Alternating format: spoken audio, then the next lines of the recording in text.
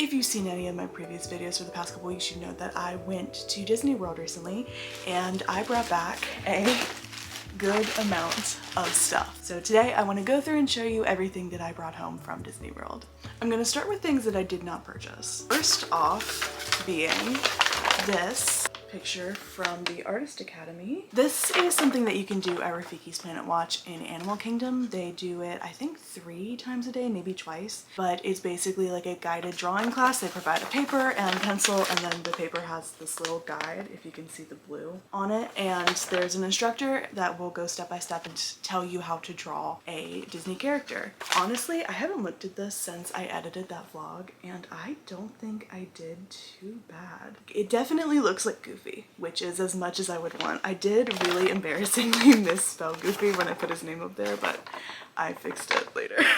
That was a super fun experience. It was something that I've been wanting to do for a really long time, and I had so much fun doing it. I just really enjoy Rafiki's Planet Watch. I think it's a really nice place to go if you need to get away from the crowds for a few minutes. And this animation class was so fun. It was very chill. It was very soothing. You're sitting in the air conditioning. There's not a lot of screaming kids up there because it's more of an adult leaning activity. Highly recommend going up there and doing that if you have time during your next trip. Something else I technically did not pay for, and this is so silly. So we went to Oga's Cantina again, and I had a much better experience than the first time we were there. We were standing right at the bar on the, I want to say it's the left side by where DJ Rex is. The vibes on that side of the building, so much better than the other side for some reason. It's a lot brighter, which I think is part of it. And you also like get to see the animatronics, so that's another part I think was a lot better than the first time we went. We were just kind of shoved into the back corner on the other side. But I saw a TikTok before we went of someone saying that if you ask, they will let you take the menu. And sure enough, they did. So I have this menu from Oga's Cantina, which is so silly, but I think hanging up, like especially in a kitchen, this is going to be so cute. I think I'm going to do this side because it has the love cat and the food on it. If you're going to attempt this, definitely ask. I'm not sure if this is just a kind of case-by-case thing or if they're okay with everyone taking it. So if you want to take the menu, I would definitely ask and make sure it's okay before you just take it on your way out. Along the same lines, I think when we were about to leave, our bartender thought that we would want these, so he tossed us a stack of coasters, which I am so happy about because I want to do a little collage on a wall with these eventually. I know that they will give you extras of these usually, so if you want a little keepsake and you're not able to take home the menu or you don't want the menu, definitely ask for some extra coasters because they're usually more than happy to hand them out. They are just cardboard. They are a little bit delicate. One of mine got kind of damaged in transit, but overall these are a super cool keepsake. It's very personalized to Oga's. If you have a Star Wars fan in your life, you'll definitely appreciate these, and they all have different designs on them. I think there might be 5 in total. My personal favorite I think is this one with the Rancor. I think that he is so cute. Okay, also things we didn't pay for but things that I brought home with me are all of these little like maps and pamphlets. I have an Animal Kingdom one too. I think it's still in one of my bags, but I think that these pamphlets are such a cool keepsake, especially if you're a scrapbooker or if you're putting together a physical photo album. First time that I went with my family when I was really young, they kept all of the maps, and it's really cool to go back and look at what was in the parks like 15 or 20 years ago and how it's changed. So these are always a really cool keepsake reminder, and if you're like junk journaling, you can always cut this up and use it in your journal. Last thing on the list of things that I technically didn't buy are the pins that I traded for while I was there. So I am a mystery box fiend, and so I have a lot of mystery box pins. These are all like stuff that I brought to trade with me. Most of these are the Loungefly ones, or like the ones you find at Hot Topic. I have been told that as long as they are official Disney branding and they have Disney stamped on the back, they are okay to trade. Most of the cast members that I've run into have adhered to that rule. I've run into a couple cast members who were a little bit stricter about them only being the Disney trading branded pins, so it's kind of a toss-up if they'll actually let you trade or not, so I usually bring a couple of both just to make sure. But the ones that I traded for on this trip, this guy right here, who I think is from one of the Toy Story rides, I didn't know what he was. I thought he was really cute, and now I am a little less attached to him because I'm not the biggest Toy Story fan, so he will probably end up being traded next time we go. Things that I did buy, this jungle ship. Jungle Cruise. Oh my god.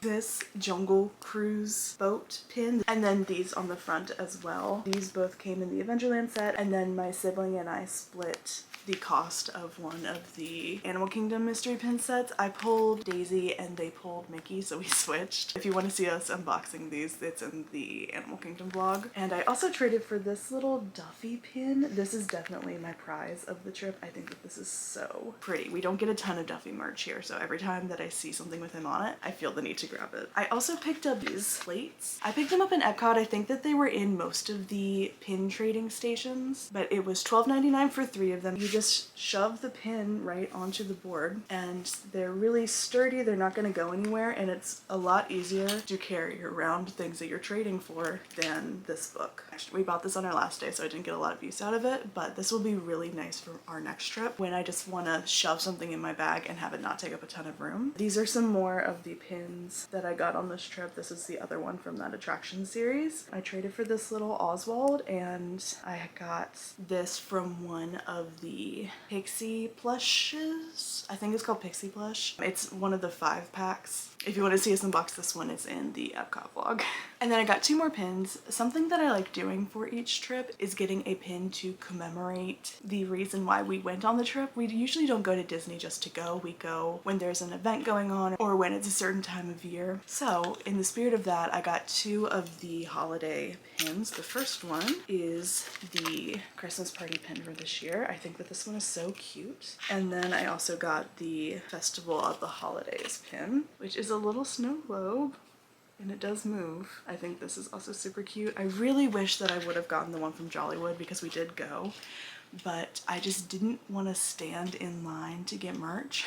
That's all the pins that I got from this trip. I did get 2 munchlings on this trip. Sorry, I don't remember what either of these packs were called. This one we got at the resort. I remember the reason that we opened this is because Eve from WALL-E is the mystery character in this set, and I love WALL-E, so I really wanted her. But this is the other one that I wouldn't be upset about getting, so I'm glad that we pulled him. And we also got this Dumbo. Dumbo is the one I was looking for from this set, so I'm super happy we finally found him. And while we're on the topic of blind boxes, I absolutely had to get one of the plush Ewok blind boxes. These were originally from D23, and then they were released in the parks a couple months ago, and I pulled this little guy. I don't remember his name, but he is one of the ones that I wanted. I love the expression on his face. I love the detail on his spear and on his little hat. I think that he is so precious. I know that I filmed us unboxing these, but the footage is gone. We also got some of Doc Ondar's blind boxes. These are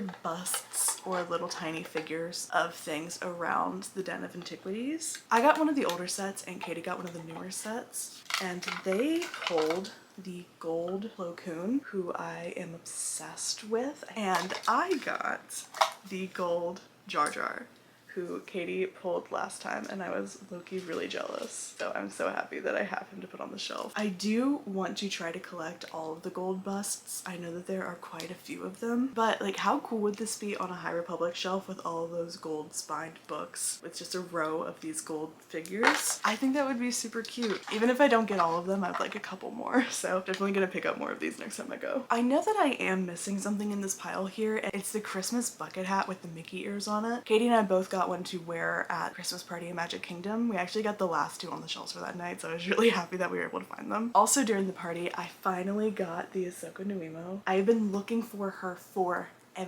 She sold out pretty quickly after she came out and I wasn't able to grab her, and then she just wasn't in the parks anytime I went, and I have a lot of Nuimos. I had to put a limit on myself that I couldn't just go and buy them online. It became an issue with how many I have versus how often I'm going to Disney and how often I'm bringing them with me, so I needed to slow down, but I'm glad that I found her in park because I love her. And with the amount of Star Wars outfits I wear to the parks, she is going to be so nice to just bring with me. So that was everything that I bought. I do have 2 more things to show you, and they were both gifts. So the first one is very silly. In addition to the pins, I like to get 1 picture frame per year. Last year I just got the typical 2023 one because I really liked that color palette. This year I don't think that they made one for 2024, so instead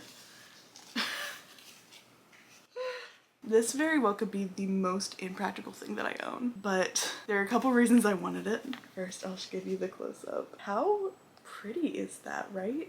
There's so much detail. It is so heavy. Trying to get this on the plane was a mess. The reasons that I felt like this had to be the one this year. One, it was the opening year of Tiana's, and the fact that I was able to write it in its opening year is kind of special to me. I feel like that's something that not a ton of people get to do, and I'd like to be reminded of that. Two, I think this is adorable, specifically this guy in the front here I'm obsessed with. Little Tiana and Lewis in the background.